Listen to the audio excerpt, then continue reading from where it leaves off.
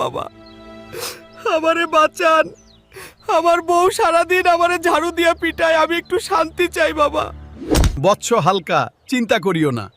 এই লও অলৌকিক ডাব, এটা খাইলেই তোমার বউ তোমার দাসী হইয়া যাইব। এইবার ডাব খাওয়াইয়া বউয়ের সব দাদাগিরি ছুটামু। হালকা ভাই এখন থেকে ঘরের রাজা। ওগো আমার প্রাণের লক্ষ্মী বউ, তোমার জন্য জঙ্গল থেকে একদম ফ্রেশ মিষ্টি ডাব পাড়া আনছি, তাড়াতাড়ি খাও। সূর্য কোন দিকে উঠলো আজকে? জামাই দেখি আমার জন্য ডাব আনছে, খায়া দেখি বিষ দিল নাকি। এইবার ডাবের জাদু শুরু।